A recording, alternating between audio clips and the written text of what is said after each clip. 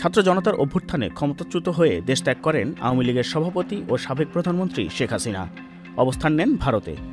দীর্ঘ 5 মাস ধরে সেখানে অবস্থান করছেন তিনি। গণহত্যা ও মানবতা বিরোধী অপরাধসহ বিভিন্ন অপরাধের অভিযোগের করা মামলায় বিচারের সম্মুখীন করতে তাকে দেশে পাঠানোর জন্য ভারতের কাছে বাংলাদেশের অন্তর্বর্তী সরকার অনুরোধ জানিয়েছে। এমনকি তার পাসপোর্ট বাতিল করেছে বর্তমান সরকার। এমন প্রেক্ষাপটে তার ভিসার মেয়াদ বাড়ালো নয়াদিল্লি। এমনটাই জানিয়েছে দেশটির একটি সংবাদ মাধ্যম।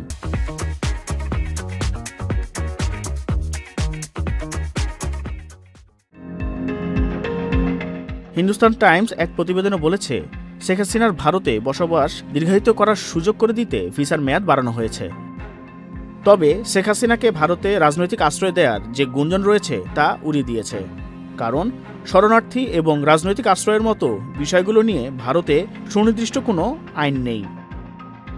ভারত ঠিক কবে শেখ হাসিনার ভিসার মেয়াদ বাড়িয়েছে এবং কতদিনের জন্য বাড়ানো হয়েছে সে তথ্য মিলেনি প্রতিবেদনে। এর আগে 3 জানুয়ারি হিন্দুস্তান টাইমসের আরেকটি প্রতিবেদনে বলা হয়েছিল, শেখ হাসিনাকে ফেরাতে বাংলাদেশের অনুরোধে সম্ভবত ভারত সাড়া দেবে না। সম্প্রতি শেখ হাসিনাকে ভারত থেকে ফেরানোর জন্য গ্রেপ্তারি পরোয়ানা জারি করে বাংলাদেশের আন্তর্জাতিক অপরাধ ট্রাইব্যুনাল। 12 ফেব্রুয়ারির মধ্যে শেখ হাসিনা এবং সহ অভিযুক্তদের ট্রাইব্যুনালে হাজির হতে বলা হয়।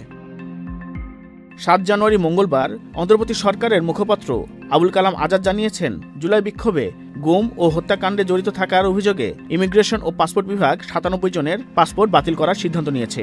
এতে নাম রয়েছে শেখ হাসিনার। উল্লেখ্য, বাংলাদেশের পক্ষ থেকে শেখ হাসিনাকে ফেরত পাঠানোর অনুরোধ পাওয়ার কথা স্বীকার করলেও এ বিষয়ে কোনো মন্তব্য করতে অস্বীকৃতি জানিয়েছে ভারতের পররাষ্ট্র মন্ত্রণালয়।